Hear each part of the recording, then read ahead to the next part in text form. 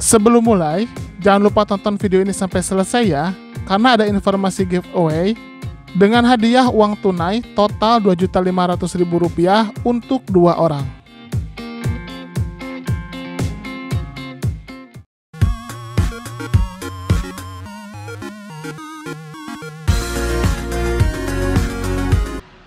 Hai guys, ketemu lagi di channel Endevelopers. Boruto episode 179 kemarin membuka berbagai misteri yang selama ini terpendam dan benar-benar menjembatani manga dan anime dengan sangat baik.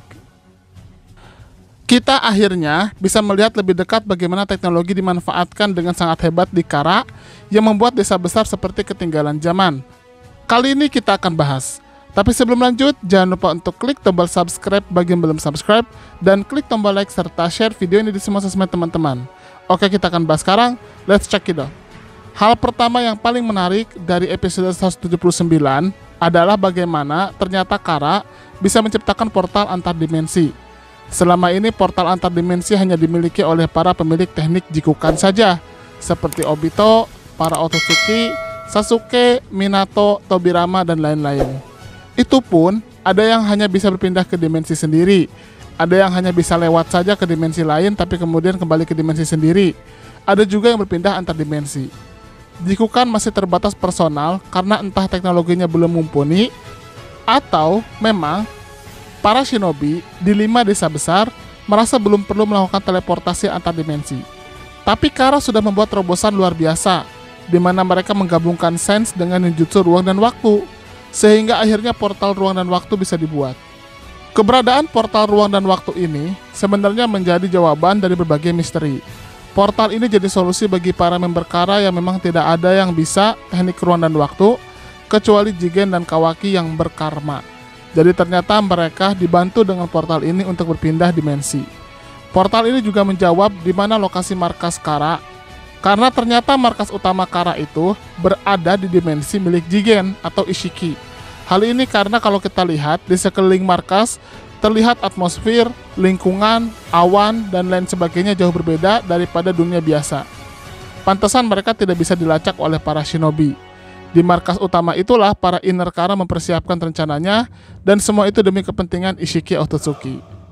Keberadaan markas Kara di dimensi Ishiki ini menjadi jawaban dari pertanyaan yang selama ini ditanyakan, di mana Kara selama Perang Dunia Shinobi keempat, dan apakah mereka terkena Mugen Tsukuyomi? Jawabannya, jika memang inner Kara ini sudah ada sejak era Naruto Shippuden, maka mereka terlepas dari pengamatan manusia serta pengaruh Mugen Tsukuyomi di puncak Perang Dunia Shinobi keempat, karena mereka ada di dimensi lain. Kita perlu tahu bahwa Mugen Tsukuyomi hanya berpengaruh di satu dimensi saja. Ishiki juga bisa mengamati setiap gerak-gerik para shinobi dan perkembangan dunia dari dimensinya sendiri. Nah, pertanyaan selanjutnya, kira-kira siapa ya yang membuat portal dimensi itu? Apakah Amado atau mungkin yang lain? Awalnya saya sempat berpikir itu Amado.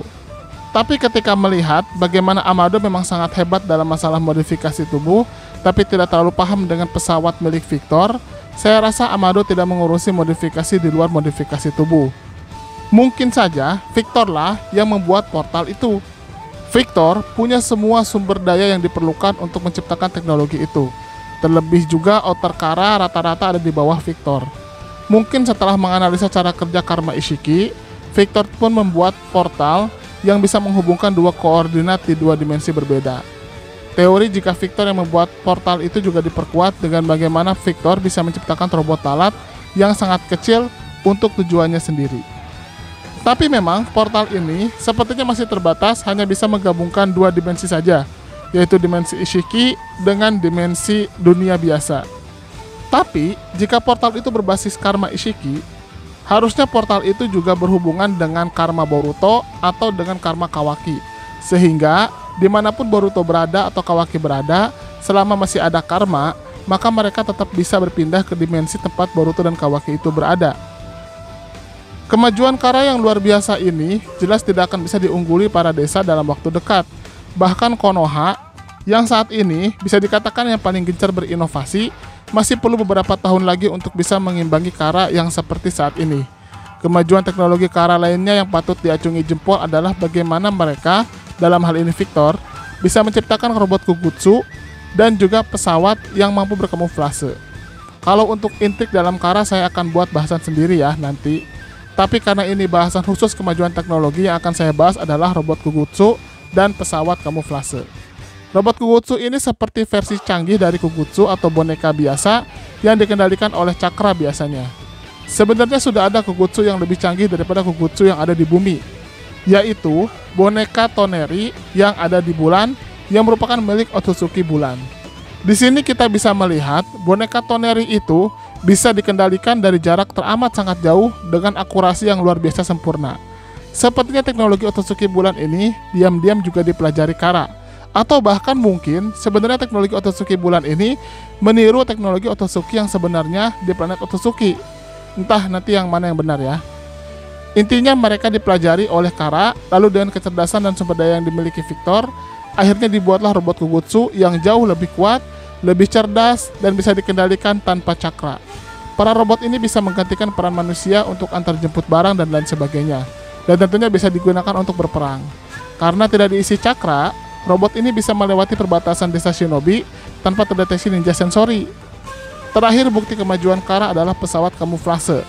Teknologi buatan Victor ini jelas sangat luar biasa. Bahkan Denki dan keluarganya, yaitu keluarga Kaminarimon, baru bisa sebatas membuat pesawat balon udara biasa dan kereta dengan fungsi normal. Untuk membuat pesawat yang bisa berkamuflase, harus membuat pesawat itu dilapisi material yang bisa membelokkan cahaya. Atau dengan menempatkan kamera di 4 penjuru, lalu merefleksikan ke layar setiap penjuru berlawanan, sehingga seolah tembus pandang. Apapun bentuk teknologinya, tapi prinsip pesawat ini berhubungan dengan membiaskan cahaya, sehingga benda itu tidak akan tampak dengan jelas, mungkin hanya sedikit timbul distorsi saja. Tapi ternyata walaupun cahaya berhasil dibelokkan, bayangan tetap timbul, yang harusnya masih bisa dideteksi. Dan mungkin Kashin Koji menembak pesawat itu dengan melihat bayangannya. Nah, itulah bahasan khusus tentang kemajuan teknologi Kara. Saya rasa Ishiki benar-benar menjadi Otsutsuki paling cerdas, karena mampu beradaptasi dengan sangat baik dengan dunia manusia, dan bahkan bisa menciptakan organisasi hebat, di mana anggotanya sangat mampu menciptakan inovasi teknologi yang luar biasa. Bagaimana menurut teman-teman? Silakan berikan komentarnya di kolom komentar.